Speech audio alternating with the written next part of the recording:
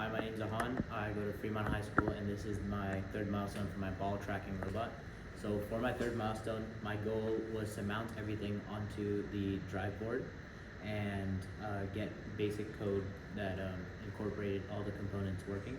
So for mounting, I had to wire the ultrasonic sensor through some holes to suspend it using tape so then it wouldn't move.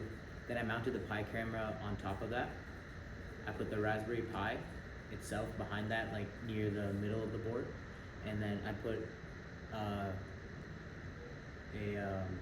power bank on top of the battery for the motors, so then the robot can move freely without having to be connected to the wall. Then I put the breadboard on top of that. Then I didn't have any space left, so I mounted my H-bridge on the bottom, and that worked the best because it had the closest proximity to the motors, and I could reduce the length of the wires.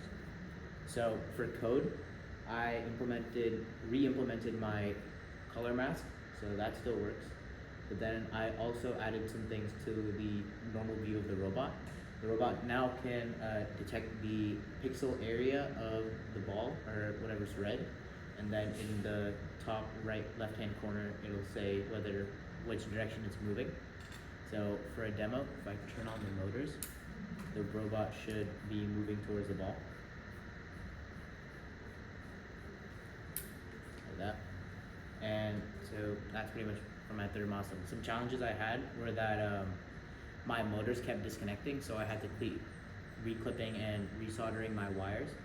And once I finally got them pretty secure, then I was able to use the robot efficiently.